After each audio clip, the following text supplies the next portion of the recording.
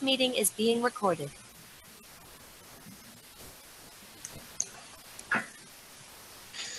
Então, boa tarde a todos, bem-vindos a mais um Seminários do DRCC. Então, hoje a gente tem o prazer de estar aqui com a Clarissa Siqueira. Então, a Clarissa ela fez o doutorado pela Universidade Federal da Paraíba, com período de sanduíche pelo Instituto Max Planck, sob orientação do professor Dr. Paulo Silva e o professor Dr. Manfred Lindner, respectivamente. O tema da tese dela foi a complementariedade de diferentes experimentos na busca por matéria escura, que culminou no prêmio de melhor tese na área de física de partículas e campos pela SBF.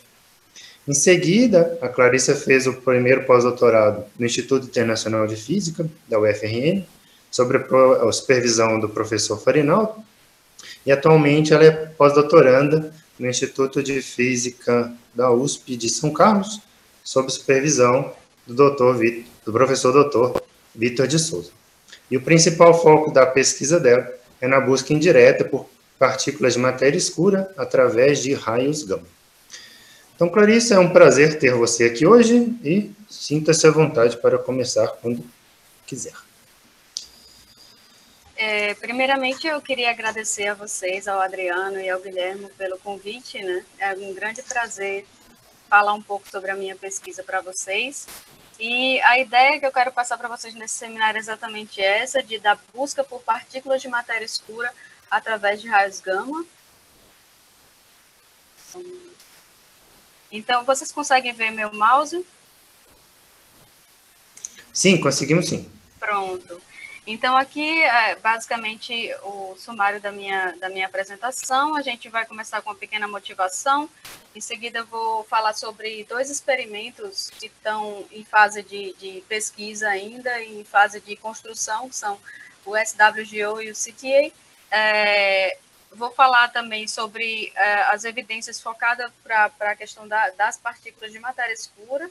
Em seguida, eu vou falar um pouco sobre como essa matéria escura seria produzida do universo do ponto de vista dela ser uma partícula. Vou seguir para os métodos de detecção, com foco na detecção indireta de matéria escura. Vou abordar alguns cenários alternativos às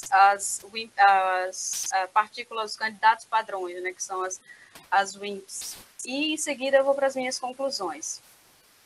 Então, nós sabemos que existem diversas evidências da existência de matéria escura e elas aparecem em diferentes escalas, desde escalas de galáxias até escalas cosmológicas. Em escalas de galáxias, por exemplo, a gente tem as curvas de rotação, onde a gente observa que as curvas de rotação, ao invés de ter esse comportamento newtoniano esperado, a gente tem esse comportamento mais flat, que indica que você tem mais matéria do que a gente observa através da luz. Então, temos também evidências em aglomerados de galáxias. Uma das grandes evidências justamente veio do Bullet Cluster, que foi a colisão de dois aglomerados de galáxias.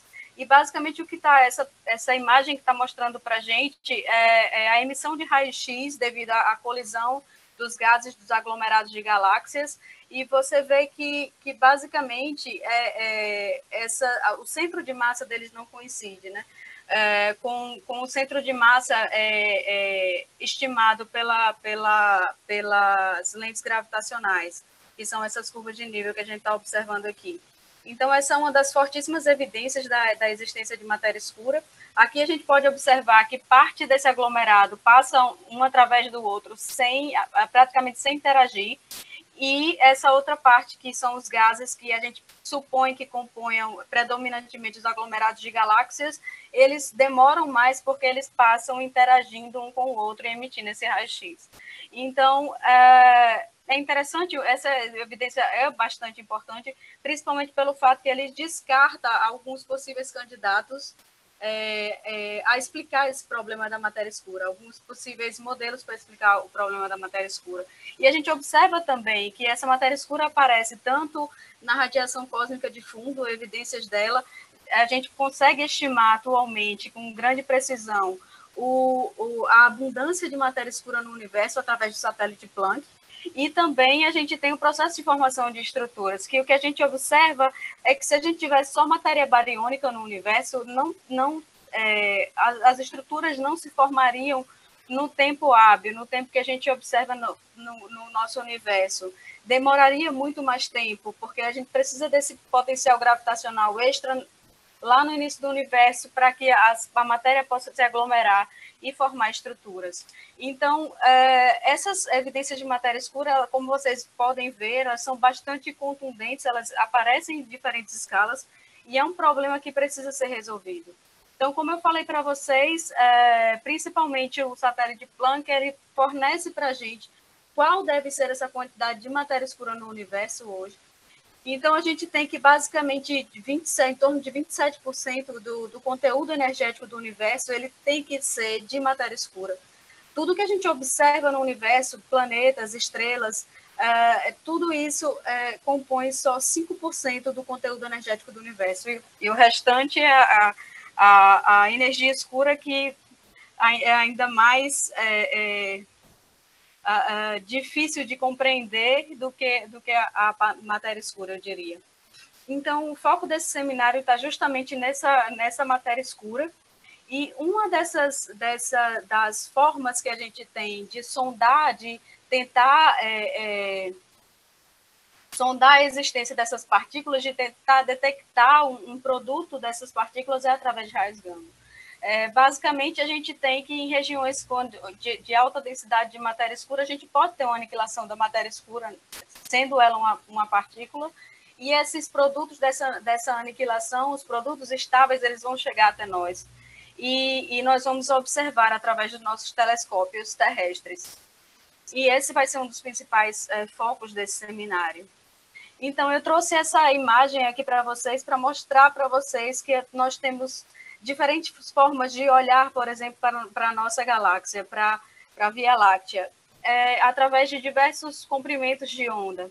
E utilizando essas diversas formas que nós temos de observar o céu, nós vamos adquirindo mais informações e trazendo novas formas de desvendar os mistérios do nosso universo.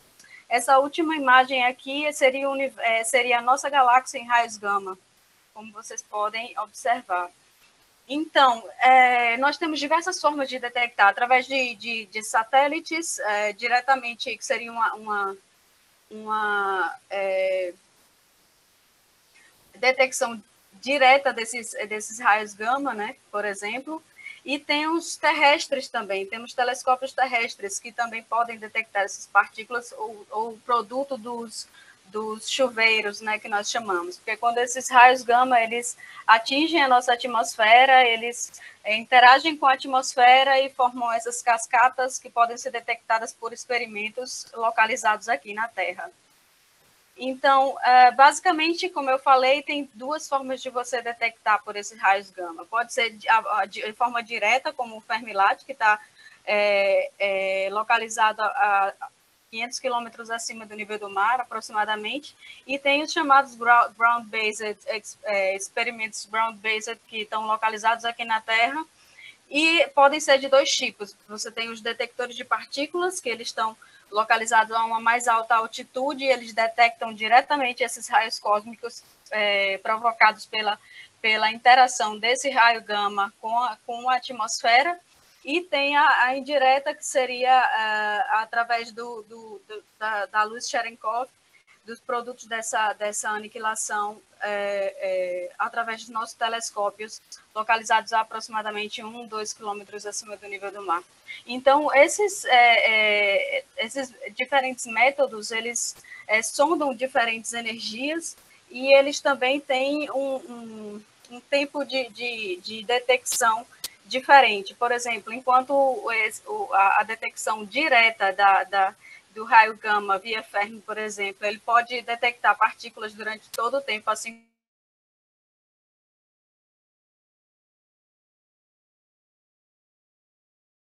como os detectores, ele já precisa de um céu limpo para poder fazer essa detecção. Então, isso vai gerar diferenças entre os resultados, entre os limites que a gente consegue obter entre a detecção de fluxos de raios gama. Então, o experimento CTA, que é o Cherenkov Telescope Array, ele está em fase de construção. Ele vai ser localizado nos 2 hemisférios, o que é algo bastante interessante para ter uma cobertura maior do céu. Ele vai ser localizado em uma parte dele em Paraná, no Chile, e em La Palma, na Espanha, nas ilhas de La Palma. Então, vão ser mais de 100 telescópios, e nesses 3 diferentes tamanhos, com 4, 12 e 23 metros, distribuídos nos 2 hemisférios, e vão cobrir uma energia que vai desde os 20 GeV até aproximadamente 300 TeV, via Cherenkov Light, via luz Cherenkov. Então, basicamente, a gente tem diversos países envolvidos nessa colaboração. Ele vai ser um dos maiores experimentos do mundo. Eu diria que o maior experimento do mundo vai barrar o LHC, a gente costuma brincar. E o papel do Brasil nesse experimento está na contribuição da construção dessa estrutura, desses telescópios de tamanho médio. Ele foi tanto desenhado quanto foi projetado e construído aqui no Brasil, e já foi aprovado pela colaboração CTA.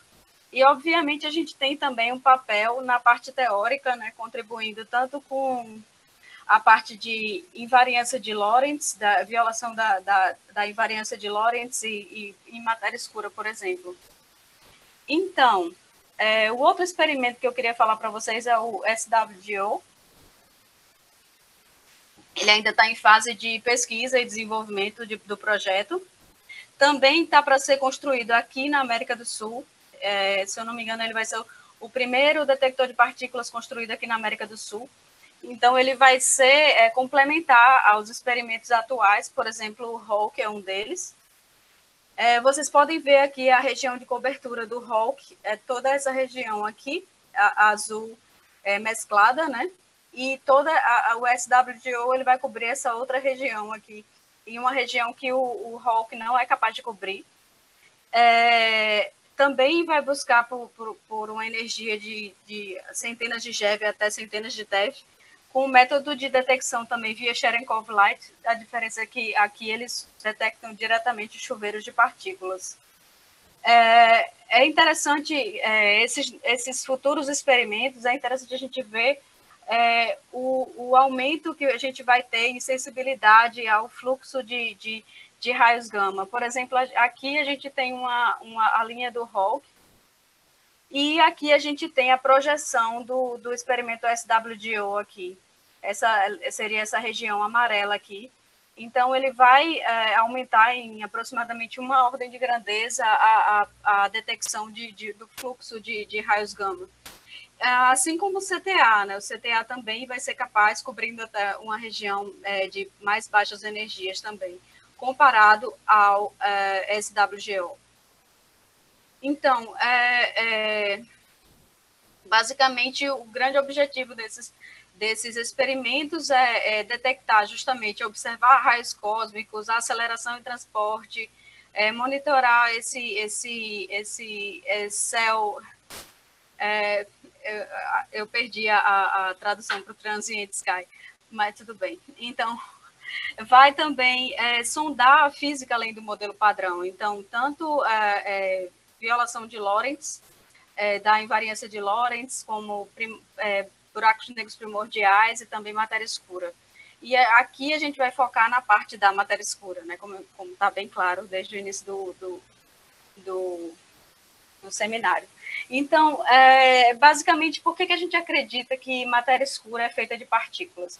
Como eu falei para vocês, a gente tem diversas evidências da existência de matéria escura. Elas permeiam diferentes escalas e todas elas apontam para um tipo de partícula, que essa partícula tem que ter algumas características, que é ser neutra, ser fracamente interagente, não ser bariônica, ser fria ou morna no período dos acoplamentos, está relacionado com o processo de formação de estruturas, ser suficientemente abundante, que a gente já tem medidas dessa abundância de matéria escura, ser estável também, porque a gente sabe que ela estava presente no início do universo e ela está presente também hoje.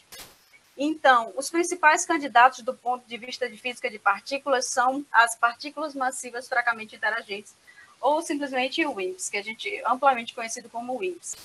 Nós temos, na verdade, outras propostas para explicar o problema da matéria escura, que seriam, no caso, modificações da gravitação newtoniana, as teorias chamadas MOND, mas MOND teria o problema de não conseguir, por exemplo, explicar o fenômeno de colisões de aglomerados de galáxias.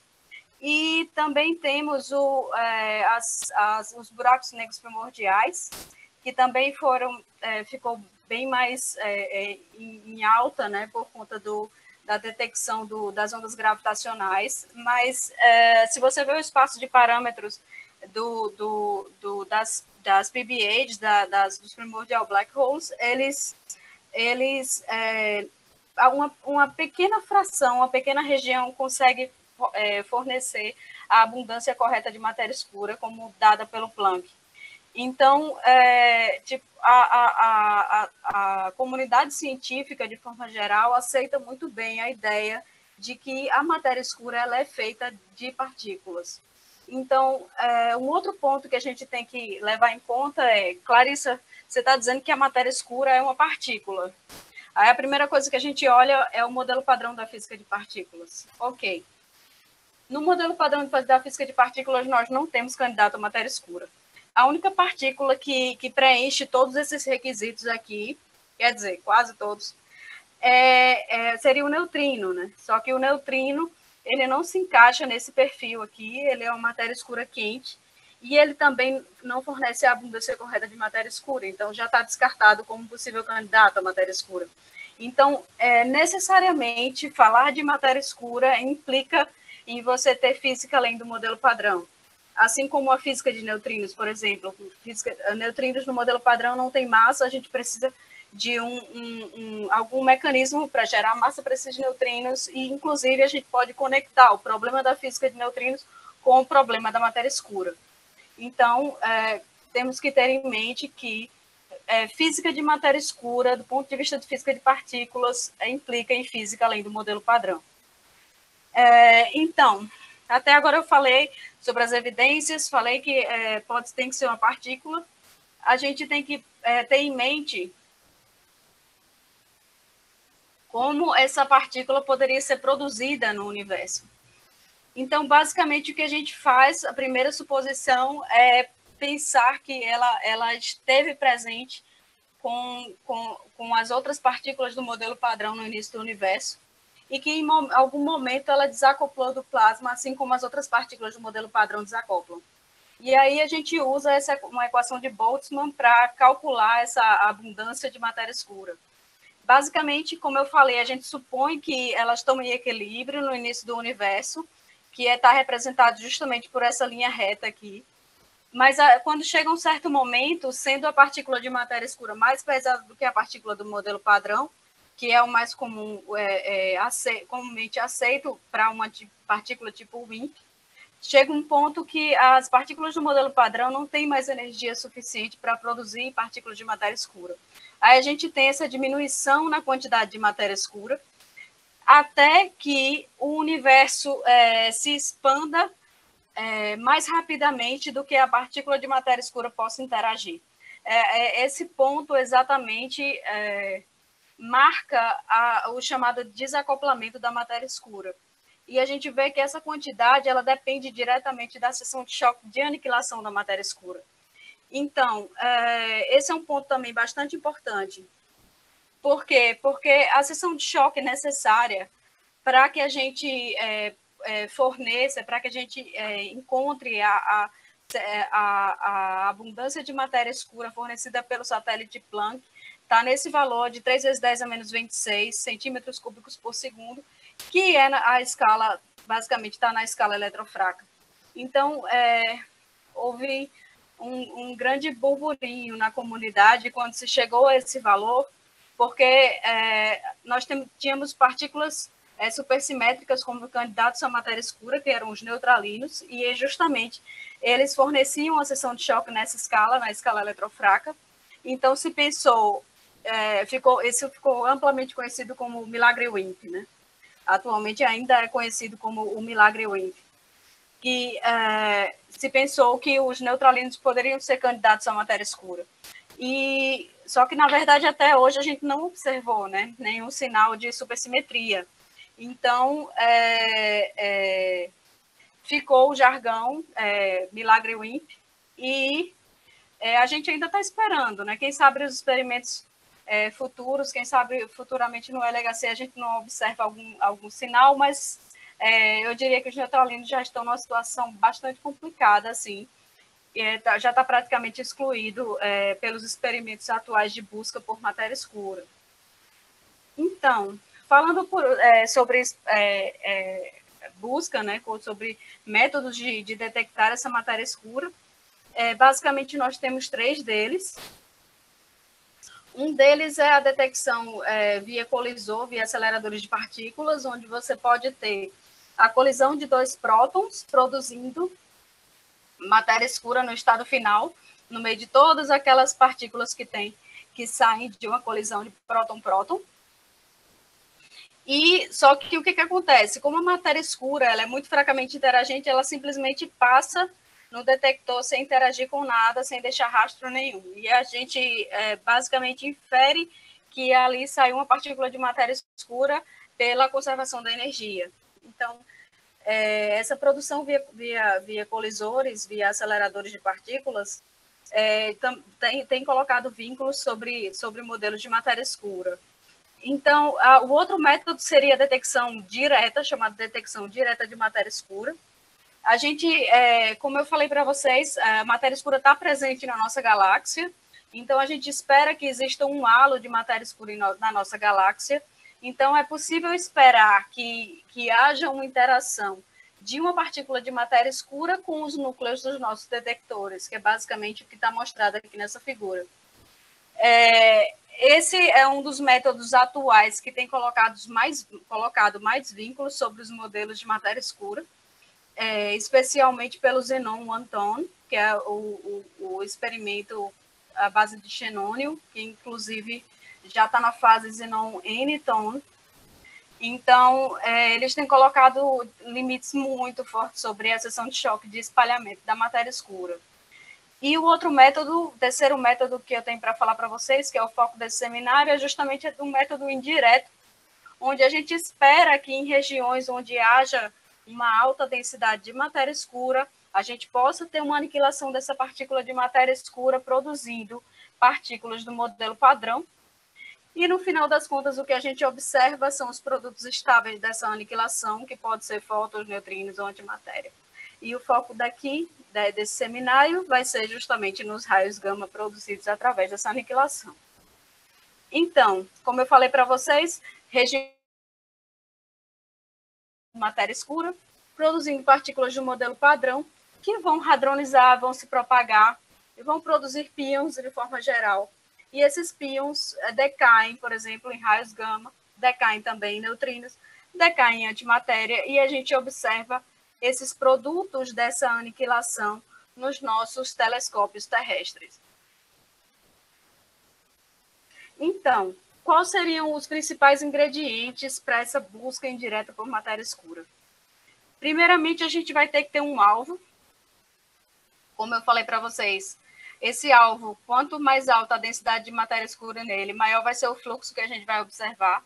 Então, a gente tem regiões que a gente busca por essas aniquilações dessas partículas de matéria escura, que pode ser o centro da galáxia, pode ser galáxias anãs ou aglomerados de galáxias e por aí vai.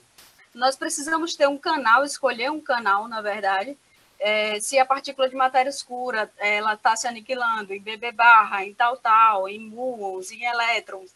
Então, cada uma desses possíveis canais vão produzir esses raios gama secundários, e cada um vai apresentar um determinado espectro que eu vou mostrar para vocês mais para frente.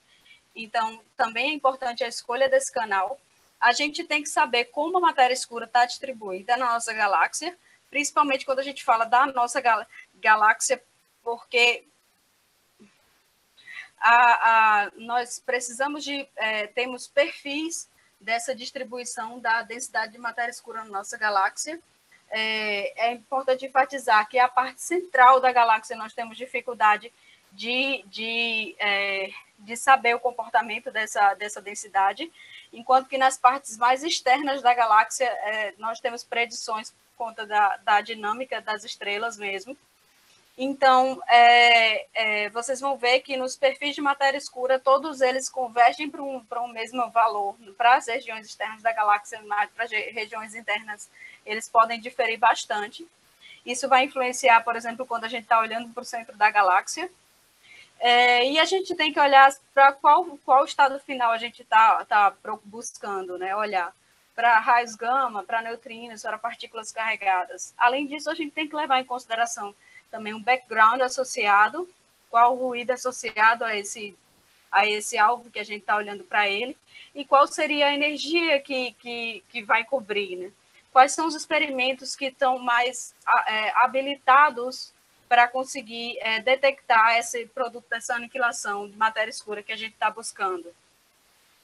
Então, como eu já falei para vocês, a gente tem essa distribuição de matéria escura na nossa galáxia, e tanto os métodos de detecção direto como indireto, eles precisam dessa informação de como a matéria escura está distribuída, de qual a distribuição de velocidade dessa partícula, para que a gente possa conseguir fazer as nossas análises. Especificamente pela dinâmica de estrelas, a gente consegue especificar qual seria a densidade de matéria escura na localização do Sol, assim como a distribuição, assim como a velocidade da matéria escura na região do Sol. Mas, como eu falei, a gente perde informação sobre a densidade de matéria escura na região interna da nossa galáxia, por exemplo. Então, a nossa galáxia é um sistema extremamente complexo, né? Então, principalmente, olhar para o centro da galáxia é algo complicado por conta do background associado, dos ruídos, das diferenças na distribuição da densidade de matéria escura nesse centro da galáxia e por aí vai. E, então, basicamente, essa é a ideia quando a gente olha para a nossa galáxia. Como eu falei para vocês, está aqui um gráfico da densidade de matéria escura versus o raio. E aqui nós temos diferentes perfis de matéria escura. Nós temos os Cusped Profiles, que são esses aqui, NFW e NASTO, que eles têm uma densidade maior de matéria escura, esperam uma densidade maior de matéria escura no centro da galáxia, enquanto tem também os Cored Profiles, que eles dão essa contribuição mais flat para o centro da galáxia. Tudo isso é feito através de simulações de N-corpos, né? E através da dinâmica da galáxia mesmo. Então, não é nada trivial estimar essas quantidades. E também o que você inclui, por exemplo, se você inclui baryons, você vai ter um comportamento diferente. Então, é por isso que a gente tem essas diferenças. E quando a gente faz esse tipo de análise de detecção indireta, por exemplo, no centro da galáxia, a gente tem que definir qual é o nosso perfil, qual o perfil que a gente está utilizando, porque dependendo do perfil, obviamente, você vai ter alterações no fluxo de matéria escura esperado.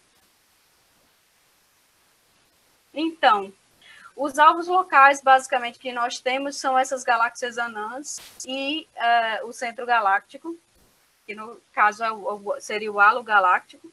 As galáxias anãs são essas galáxias satélites, que elas são predominantemente compostas por matéria escura. Então, são alvos bem interessantes, porque eles são muito limpos do ponto de vista de ruído. Eles praticamente não apresentam ruído.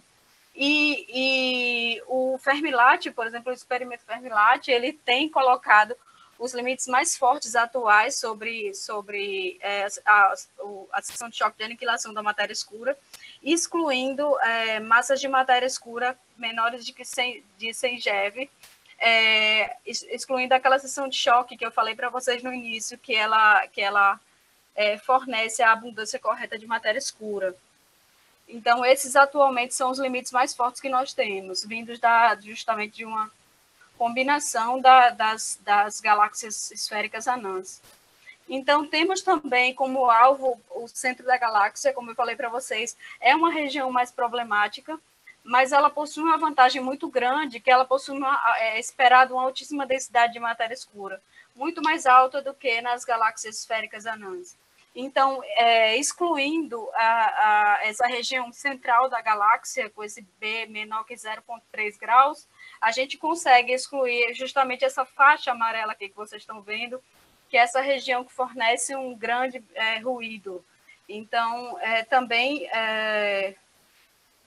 olhar para essa região do centro da galáxia também traz limites fortes. E vocês vão ver que os limites atuais do RES, eles não são tão fortes, mas que os limites dos futuros experimentos, SWGO e CTA, eles vão trazer limites bem mais fortes sobre essa região do centro da galáxia. Então, nós também possivelmente podemos olhar para alvos extragalácticos, como a galáxia Andrômeda, os aglomerados Virgo e Coma. Obviamente, olhar para esses alvos agrega mais incertezas, até pela distância que eles têm de nós, mas também são alvos interessantes na busca por matéria escura e podem ser complementares a esses alvos locais que nós temos. Bom, em resumo, é isso que a gente tem. A gente tem alvos que eles fornecem um fluxo maior. Em compensação, eles acabam tendo um pouco mais de incerteza por conta da distância ou por conta da região do centro da galáxia, que é muito complicada. E nós temos alvos que eles fornecem um fluxo um pouco menor, mas eles fornecem predições mais robustas por conta do fato de serem limpos de background. Então, a gente tem esse paralelo e a gente pode usar os diferentes alvos de forma complementar para a gente poder colocar limites sobre o espaço de parâmetros da matéria escura.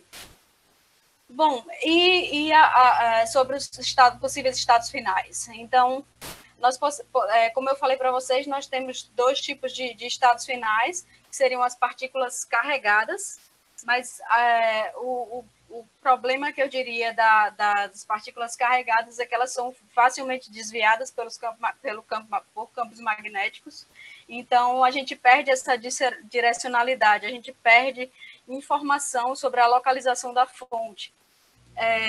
Enquanto que quando a gente fala de partículas neutras, elas apontam para a fonte, elas têm um caminho não perturbado, né? Então, elas apontam para a fonte, então traz mais informação para a gente da localização da fonte. Por um lado, nós podemos ter neutrinos, por outro, raios gama. A vantagem dos raios gama com relação a neutrinos é porque, geralmente, eles são mais facilmente detectados e então, eles acabam fornecendo limites mais fortes sobre o espaço de parâmetros da matéria escura. Entretanto, obviamente, são complementares e também se ajudam, né? No momento em que a gente está no cenário que a gente tem atual sobre o problema da matéria escura, quanto mais possíveis sinais a gente pode olhar para começar a fechar o cerco para o que a matéria escura pode ser, que tipo de partícula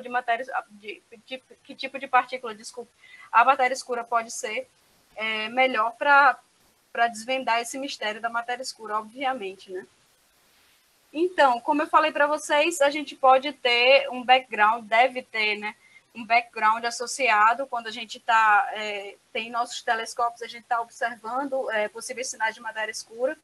Por exemplo, a gente tem fontes de raios cósmicos, esses raios cósmicos se propagam no meio interestelar e eles podem, por exemplo, interagir com partículas da CMB, por exemplo, fótons da CMB, trazendo mais energia para o fóton da CMB para a linha de raios gama, e isso pode virar um possível background para a matéria escura, além de outras possibilidades. Então, e também, por exemplo, quando a gente olha para os telescópios terrestres, geralmente tem uma dificuldade pode haver uma dificuldade na identificação de raios gama com raios cósmicos, então isso também é um background que geralmente é levado em conta. Então, no fim das contas, o que a gente tem? A gente tem basicamente isso aqui. É um fluxo esperado de raios gama, né? Desse fluxo, a gente tem diversos backgrounds. O mais forte seria esse de raios cósmicos mesmo. se eu não me engano, é de não identificação correta, comparando raios cósmicos e raios gama.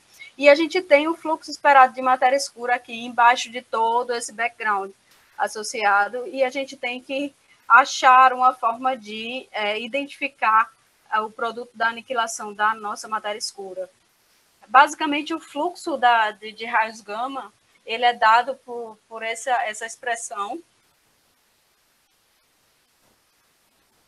Como a gente vê, uma parte depende da física de partículas e outra depende da astrofísica, basicamente da distribuição da densidade de matéria escura na linha de visão, e depende desse DNDE, que eu falei para vocês anteriormente, que basicamente é o espectro esperado, dependendo isso aqui vai depender da partícula que está aqui, no caso, nesse SM, no modelo padrão. Vai depender em que canal a partícula de matéria escura pode se aniquilar. E, dependendo desse estado final, ele vai produzir raios gama de diferentes formas. Por exemplo, aqui, a gente tem os quarks B, que eles produzem diretamente piões neutros, que vão produzir diretamente raios gama. Então, a gente tem um espectro mais forte, mais duro, né? Enquanto que os leptons, os taus, por exemplo, eles vão produzir dessa forma, que esses elétrons vão produzir final state radiation, radiação no estado final, tipo um fóton emitido numa perna externa. Também pode ter hadronização no decaimento do tau, então ele pode produzir esse espectro meio misto, assim, que nem é tão soft, nem é tão hard, né? Então, como eu falei para vocês, basicamente o que a gente tem aqui é isso daqui, toda essa aniquilação, esse fluxo de matéria escura, ele vai estar aqui, aproximadamente aqui embaixo, enquanto que eu tenho um monte de background aqui em cima, e geralmente o produto da aniquilação da matéria escura vai provocar esse bump aqui nos dados que tem que ser identificado. Então, a outra parte que eu falei para vocês, a distribuição da matéria escura. Como eu falei para vocês, na região externa da nossa galáxia, eles basicamente convergem para o mesmo valor, mas na parte interna a gente tem essa discrepância, né? Temos os perfis que são mais Corrod e os perfis que são mais Cusp. E a gente tem que fazer essa escolha quando a gente faz análises, por exemplo, na região do centro da galáxia. Atualmente, a gente tem 2 experimentos que são mais evidentes da busca por matéria escura, que são justamente o Fermi-LAT, que está localizado nesse satélite, e ele cobre uma região de 500 MeV de energia até 500 GeV. E temos também o experimento RES, que é um telescópio terrestre, que vai cobrir uma região de 230 GeV até aproximadamente 30 TeV, que cobre, desculpe. Enquanto que nós temos os experimentos futuros, que são o SWGO e o CTA, que esse é um detector de partículas, né, como eu já mostrei para vocês. Ambos vão cobrir uma região de energia mais alta, na escala de, basicamente, multi-TeV.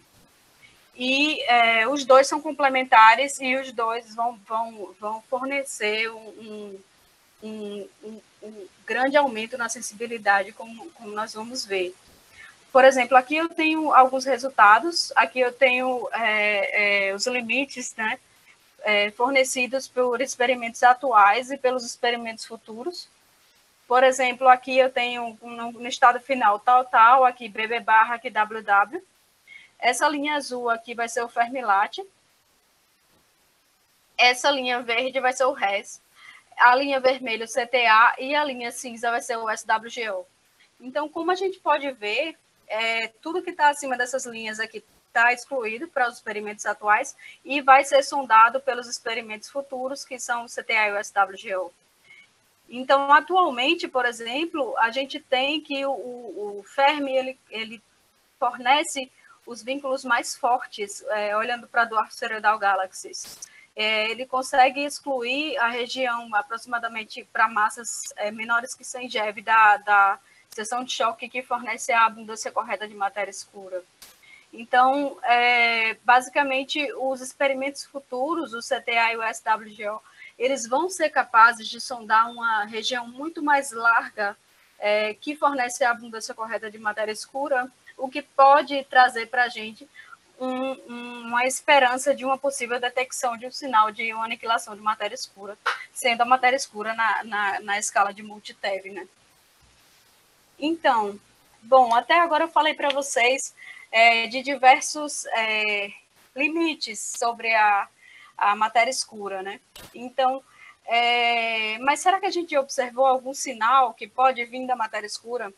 Na verdade, nós temos observado alguns excessos acima do background, mas que ainda não se pode bater o martelo e dizer esse excesso vem da matéria escura. Por fatores que eu já falei para vocês, que são incertezas associadas, tem a questão do perfil da matéria escura e etc. E as incertezas com relação ao ruído, a possibilidade de ser outras fontes que não a matéria escura, como pulsares, por exemplo. Então, o RES, ele observou um excesso em altas energias na escala de TeV. O AMS2, ele também observou um excesso de pósitrons, que pode ser explicado pela matéria escura. E o Fermilat, que acho que foi um dos mais falados na literatura, também observou um excesso, né, em GeV, né, em baixas energias, que também pode ser explicado pela matéria escura. Aí vale falar um pouco sobre alguns dos trabalhos que a gente fez nessa linha. Sobre o excesso na escala de GeV observado pelo Fermilat, em 2017, nós mostramos que se a gente tiver um canal do tipo semi-aniquilação, que ao invés da matéria escura ela se aniquilar diretamente partículas do modelo padrão, ele se aniquilaria em outra partícula de matéria escura e uma partícula neutra, que pode ser, por exemplo, o Higgs, ou pode ser um bóson Z, ou quem sabe um bóson Z prime de uma nova força, né, vindo de uma nova força.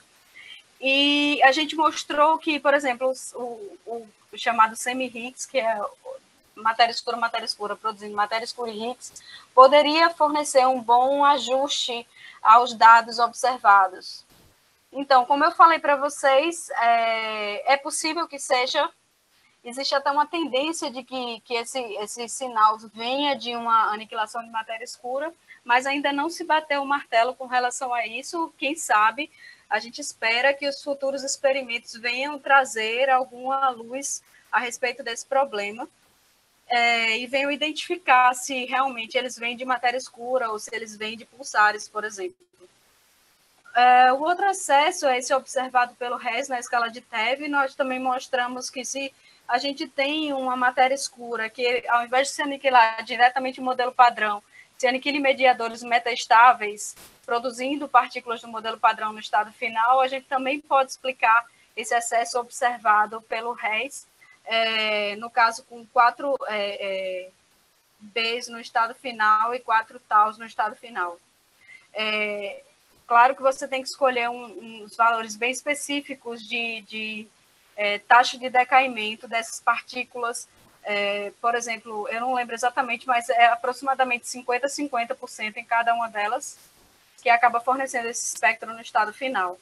Essas análises a gente faz de forma modelo independente, então a gente só supõe que essas partículas de matéria escura estão se aniquilando nesses possíveis diferentes canais e faz o ajuste da curva, né?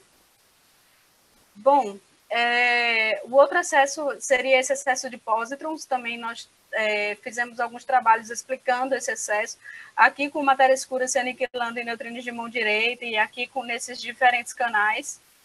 Então, também existe a possibilidade de ser explicado por uma possível aniquilação de matéria escura, mas, como eu já falei, não se exclui a possibilidade ainda de outras possíveis fontes astrofísicas. Então, novamente, a gente não pode bater o martelo de que esses excessos observados, eles vêm da matéria escura ainda. Esperamos que os experimentos futuros venham trazer alguma luz sobre isso. Mas, no fim das contas, o que a gente tem, o que a gente deve ter em mente? Nós temos fortes... o que a gente tem? Qual o cenário, desculpe, para as WIMPs atualmente? Basicamente, o cenário para a WIMPs ele está bastante vinculado. Aqui eu trouxe para vocês 3 cenários distintos. Um deles, a matéria escura seria um escalar, o outro deles um férmion, o outro deles um vetor, todos com um portal Higgs, ou seja, essas partículas estão se aniquilando no Higgs, que decai em partículas do modelo padrão. Então, basicamente, o que a gente tem aqui, essa linha vermelha fornece a abundância correta de matéria escura para todos os cenários, e toda essa região sombreada, elas são os vínculos atuais dos experimentos. Inclusive, já tem vínculos mais recentes do que esses daqui. Então, basicamente, o que a gente tem, quando a gente olha para um cenário tipo WIMP, é que está ficando cada vez mais difícil de você encontrar regiões do espaço de parâmetros que fornecem a abundância correta e estejam de acordo com os vínculos impostos pelos experimentos atuais. Eu não estou dizendo aqui que as WIMPs estão completamente excluídas, não estão. Existem ainda extensões do modelo padrão, que você tem WIMPs, partículas fracamente interagentes, que fornecem a abundância correta de matéria escura, estão de acordo com todos os limites atuais, mas é bem difícil de você conseguir isso. Então, o que acontece, basicamente, é que você tem diversas possibilidades que você pode abordar, desde de uma matéria escura na escala de Subgev, axions, novos mecanismos de produção da matéria escura, dark photon, neutrinos estéreis. Então, a gente tem uma série de possibilidades que a gente pode abordar como alternativa às WIMPs padrões, que nós chamaríamos, né? Então, num desses trabalhos recentes, a gente fez justamente com os modelos conhecidos como secluded, ou modelos confinados em um setor escondido. Esses modelos são bastante interessantes porque eles fornecem interessantes assinaturas indiretas. Eles são capazes de explicar, por exemplo, esse excesso observado no centro da galáxia na escala de GeV. Além disso, eles fornecem uma assinatura interessante, por exemplo, quando a gente olha para planetas ou estrelas e busca por sinais de matéria escura. Por exemplo, se a gente olha para o Sol, geralmente, se a partícula de matéria escura ela se aniquila diretamente de partículas do modelo padrão, só um neutrino consegue escapar do meio solar, né, do meio do Sol. Porque as outras partículas do modelo padrão elas começam a interagir com as partículas do meio e não conseguem escapar do Sol. Então, se a gente tivesse, por exemplo, um mediador metaestável, esse mediador poderia viajar através do meio do Sol e decair só fora do Sol e produzir sinais de raios gama. Então, é interessante olhar para esses objetos astrofísicos e tentar observar algum sinal de raios gama vindo deles, porque pode vir de uma possível aniquilação de matéria escura em mediadores metaestáveis. Além disso, nós temos modelos teóricos que são bem motivados, né, na literatura, que fornecem esse tipo de cenário. Então, basicamente, nesses modelos secluded, o que a gente tem? A gente tem um setor visível, que é composto basicamente pelas partículas do modelo padrão, e a gente tem esse setor escuro, que esse setor escuro contém uma partícula de matéria escura, e a gente tem um mediador que conecta esses dois setores. E esse mediador, ele pertence ao setor escuro. Então, basicamente, a gente pode ter aqui matéria escura, aniquilando em mediadores, nesses mediadores pertencendo ao setor escondido e que, subsequentemente, decaem em partículas do modelo padrão. Então, esse cenário se torna bem interessante, porque, além de conseguir escapar dos limites fortes que tanto os experimentos de detecção direta quanto dos aceleradores vêm impondo, né, sobre o espaço de parâmetros da matéria escura, ele pode ser testado, ele produz assinaturas interessantes do ponto de vista indireto. Então, nesse trabalho, nós focamos no multi-TeV, no intervalo na escala de TeV, e a gente escolheu diferentes canais, como vocês vão ver, fazendo uma análise de forma modelo independente, basicamente. Então, aqui, basicamente, como a gente pode calcular o espectro de raios gama para esse tipo de modelo. A gente pode calcular o espectro para o centro de massa do mediador e fazer um boost para o centro de massa da matéria escura. Mas, basicamente, o que a gente deve ter em mente é que esse parâmetro aqui, que ele estabelece uma relação entre as partículas do estado final e o mediador. Basicamente, ele relaciona, por exemplo, se eu tiver um elétron, a gente vai ter, sei lá, 10 ou 100 vezes mais o mediador 10 ou 100 vezes mais pesado do que esse elétron, por exemplo. É só um parâmetro para definir qual seria a massa do mediador. Então, aqui a gente tem basicamente o espectro, né, para esses modelos. A gente incluiu aqui esse εF, 10 vezes mais pesado, 100 vezes mais pesado que o estado final. E aqui, para os canais leptônicos e para os canais hadrônicos. Basicamente, aqui a gente observa o espectro da matéria escura se aniquilando em tal. E quando a gente tem os mediadores metastáveis, o espectro fica dessa forma aqui. Assim como aqui, a gente, por exemplo, para o BB barra, a gente tem esse espectro aqui, enquanto que para os secluded models, a gente tem esse espectro aqui. Basicamente, a gente vai produzir mais fótons com mais baixas energias, por conta de, ao invés de você ter 2 partículas no estado final, agora você vai ter 4 partículas no estado final. Então, os ingredientes principais para essa análise que nós fizemos foi justamente estimar qual vai ser a acessibilidade do CTA e do SWGO para esses modelos, olhando para o centro da galáxia. A gente escolheu uma determinada região, um determinado raio para o RES e para o SWGO, e a gente excluiu aquela região central, como eu falei para vocês, que fornece um forte background associado. Então, como eu falei já para vocês, a gente tem uma alta densidade de matéria escura, em compensação, a gente tem um forte background, que deve ser levado em conta. A gente escolheu esses diferentes canais, leptônicos e hadrônicos, e para análise a gente escolheu o perfil EINASTO, como eu falei para vocês no início, a gente precisa estabelecer qual é o perfil que a gente está fazendo a análise.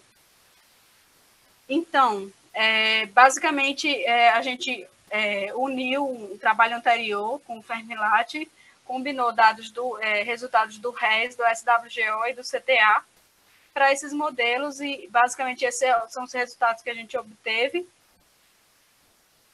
Aqui a gente tem o plot da seção de choque de aniquilação da matéria escura versus a massa da matéria escura para os canais leptônicos, nesse caso, variando o εF, que é a relação entre a massa do estado final e a massa do mediador.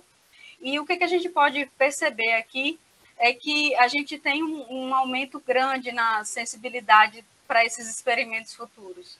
Então, a gente tem esperança que esses experimentos futuros eles possam trazer alguma informação ou simplesmente trazer talvez alguma observação de um sinal de matéria escura ou simplesmente excluir mais uma região do espaço de parâmetros e nos ajudar a fechar o cerco, fechar ainda mais o cerco sobre o que a matéria escura pode ou não pode ser.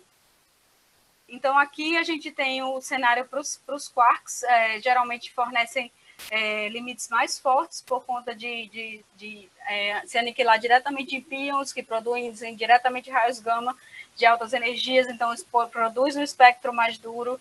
Então, o que a gente pode ver aqui é que tanto o experimento SWGO quanto o CTA, eles vão ser capazes de sondar essa linha, que é justamente a região que fornece a abundância de matéria escura correta para um cenário tipo WIMP, né, para produção de WIMP via freeze-out.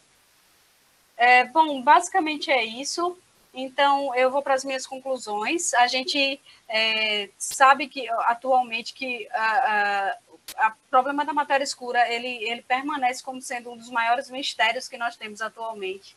Então, é um problema real, ele está aí, a gente precisa solucionar, independente de qual seja a explicação, independente de qual seja a abordagem, que a gente possa utilizar. Os WIMPs, eles aparecem como excelentes candidatos para resolver o problema da matéria escura de forma geral, mas a gente não observou nenhum sinal até agora.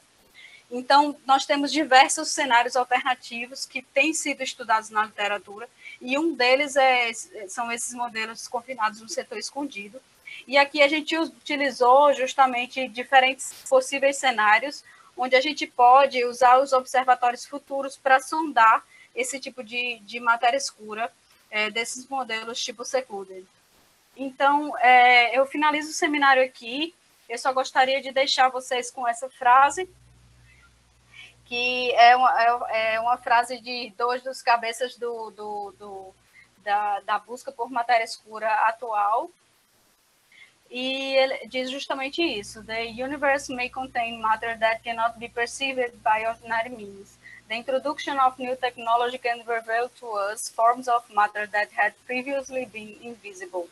E é isso que a gente espera, quem sabe no futuro, um SWGO, um CTA, que pode trazer alguma notícia boa aí sobre o problema da matéria escura. Muito obrigada. Muito obrigado a você, Clarissa, pelo excelente seminário. Perguntas, comentários?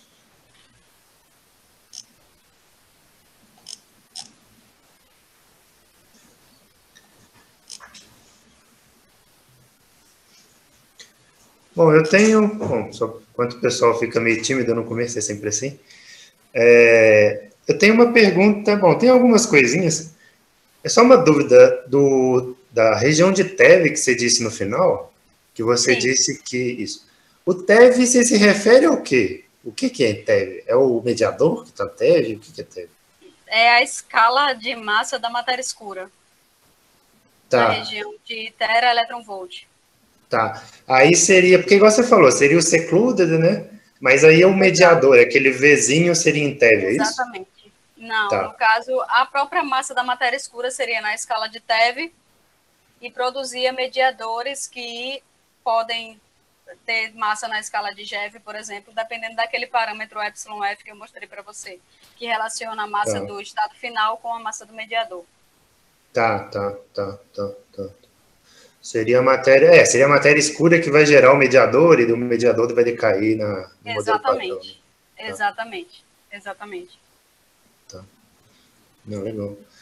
E, bom, outra uma curiosidade, você falou no slide 19 sobre as várias simulações que existem, né? Que você estava explicando. Sobre os perfis de halo? Sim, isso, exatamente. Que tem várias simulações e tal. Minha dúvida era se essas simulações são... Bom, tem informação experimental que você usa para fazer a simulação? Ou a simulação é teórica? Tem informação experimental da dinâmica da galáxia, da própria dinâmica das estrelas na galáxia. O restante são simulações computacionais, tipo, eles incluem a matéria escura, incluem dados das dinâmicas de galáxias, incluem, às vezes, independente da simulação, incluem baryons ou não, e eles fazem esse tipo de simulação para prever como a matéria escura vai se distribuir na galáxia. Tá. Não, eu tenho uma dúvida em relação a isso. No seu último trabalho que você mostrou, vocês usaram um perfil de INAST, certo? Exato. Que é esse perfil mais cusped, que geralmente é um perfil usado pelos experimentos, sabe? Para fazer quando se faz análise, no caso. Ah, é mesmo? Porque eu achava que as observações eram mais tipo core, sabe? Não necessariamente. É como eu falei, na verdade, atualmente a gente tem liberdade para escolher qualquer um desses perfis. A comunidade tem entendido que os perfis mais cusped são os mais utilizados, são os mais corretos, desculpe. Então, eu acredito que até pelo fato de você ter observado aquele excesso no centro da galáxia, e ele é compatível com um perfil tipo NFW, por exemplo. Inclusive, eles até modificaram o NFW para um perfil um pouco mais cusped, Tem até outro nomezinho para esse perfil, que eu esqueci agora. Mas, basicamente, a ideia é essa. A comunidade geralmente tem usado os perfis mais cusped para colocar limites. Mas, em princípio, você pode usar qualquer tipo de perfil na análise. Inclusive, geralmente, alguns experimentos, eles estimam qual seria a sensitividade caso você modificasse esse perfil. Porque é algo mais correto de se fazer, né? Para que você tenha algo mais concreto. Mas, em princípio, você pode usar, como eu falei, qualquer um desses perfis de Allo. Não há restrições atualmente. Vocês usam os perfis que têm uns parâmetros livres, certo? Que são fitados com a velocidade de rotação. Não é? Exato. É por aí. Uhum. Exatamente. Okay. Obrigado.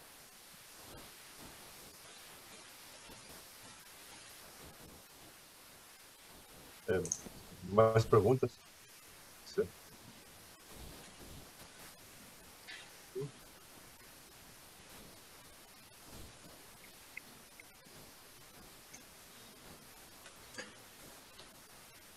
O pessoal está tímido hoje. Bom, deixa eu perguntar uma outra coisa. Você tinha falado daquele... você mostrou vários excessos, né? Tinha um excesso em Injev, um excesso em Tev e tal. Exato. E você mostrou um gráfico que tinha um bumpzinho, o bumpzinho mudava o dado lá em cima, se eu não me engano. Ou podia mudar? Né? Não o dado, mas ocasionaria tipo um bump, né? No fluxo esperado, exatamente. Isso. Minha dúvida era essa, porque em princípio, bom, se o modelo tiver, se a natureza for uma matéria escura desse jeito que você está falando, você conseguiria ter uma descrição, o dado seria diferente do background, você teria um bumpzinho, né? Essa que é a ideia, né? Exatamente, é isso que a gente espera observar. E é exatamente isso que a gente observa, por exemplo, no centro da galáxia. No centro da galáxia, por exemplo, acho que é mais para frente. Aqui. Basicamente, essa figura aqui fornece o fluxo com tudo, né? Com o background e com o sinal. E quando você remove todo o background conhecido, você ainda fica com essa região central aqui, que a gente não consegue explicar através do background, através de ruído. Se pensa na possibilidade disso ser uma matéria escura. Inclusive, tiveram até artigos bem recentes que é uma grande briga, assim, tipo... Primeiro disseram que não pode ser matéria escura, são pulsares. Tá totalmente, direcionado. Outro artigo já dizendo que não, que pulsares não conseguem explicar esse excesso com essa morfologia, dessa forma. Então, já voltou para a possibilidade de ser realmente vindo de matéria escura. Mas tem duas formas da gente conseguir explicar isso, da gente conseguir resolver esse problema. Observando sinais de pulsares na banda de rádio, os radiotelescópios vão tentar observar os futuros, né? Vão tentar observar possíveis sinais que vêm desses pulsares. Se não observar, já fica bem mais tendencioso para ser uma aniquilação de matéria escura. Ou também tem os experimentos futuros que também, como CTA e SWGO, que também vão tentar olhar para sinais de pulsares e ver se consegue observar uma família de pulsares no centro da galáxia que possa estar fornecendo esse excesso. Se sim, são pulsares. Se não, pode ser que realmente seja vindo de matéria escura. Então, está tudo muito incerto ainda, tanto para os 3 excessos, tanto para observado pelo RES na escala de TeV, quanto para esse depósito do IMS, mas o povo já acredita, a comunidade já acredita mais que isso seja vindo de pulsares, mas também está aberto, então realmente está tudo muito aberto ainda. Tá. Então, em princípio, bom, igual você até explicou, né? Os novos experimentos, o que eles poderiam fazer nesse caso era tentar medir os pulsares, que nesses casos específicos aí. Exato. E aí, se eles medissem, em princípio, você conseguiria descartar e falar que seria pulsar. Exatamente, tá? Exatamente, é por aí. Mas, além disso, eles também, nesses dados, por exemplo, nesses dados que você está mostrando, os novos experimentos também pretendem reduzir a incerteza dos dados, ou não necessariamente? Também, né? Também, com certeza. O que poderia conseguir, de uma hora, ser discriminar o que seria discriminar. Exatamente, exatamente. Tá. Também poderia ajudar. Uhum. Não, legal. Alguém tem mais algum comentário? Alguma pergunta?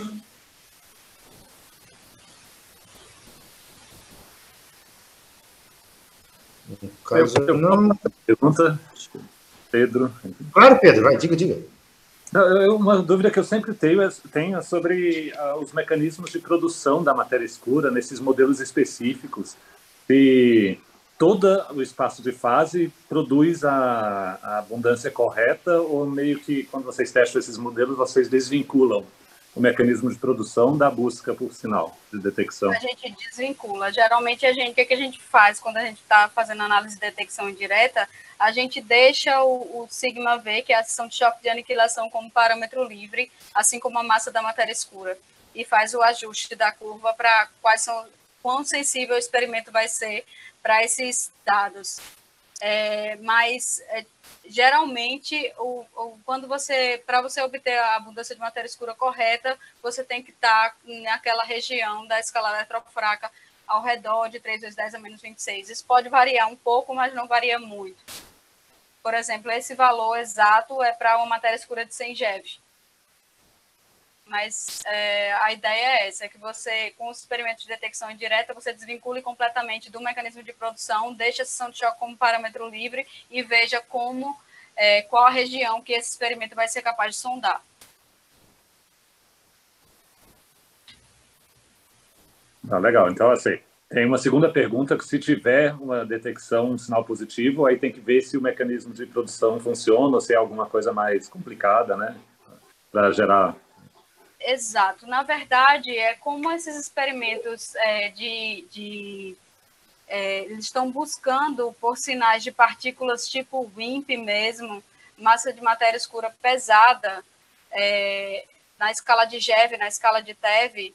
Se a gente consegue sondar aquela região ali da thermal relic, da seção de choque térmica, provavelmente vai ser de um mecanismo tipo freeze-out mesmo.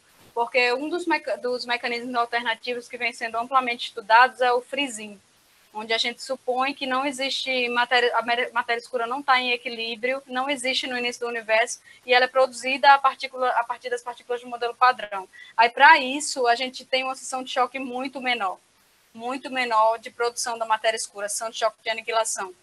Então, para produzir a abundância correta de matéria escura. Então, nesse tipo de cenário, eu não seria capaz de sondar com os experimentos atuais.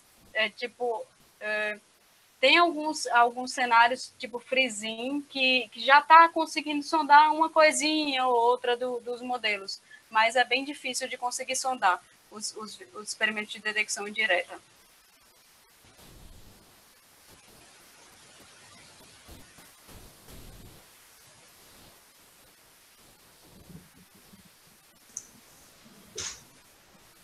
Mais algum comentário?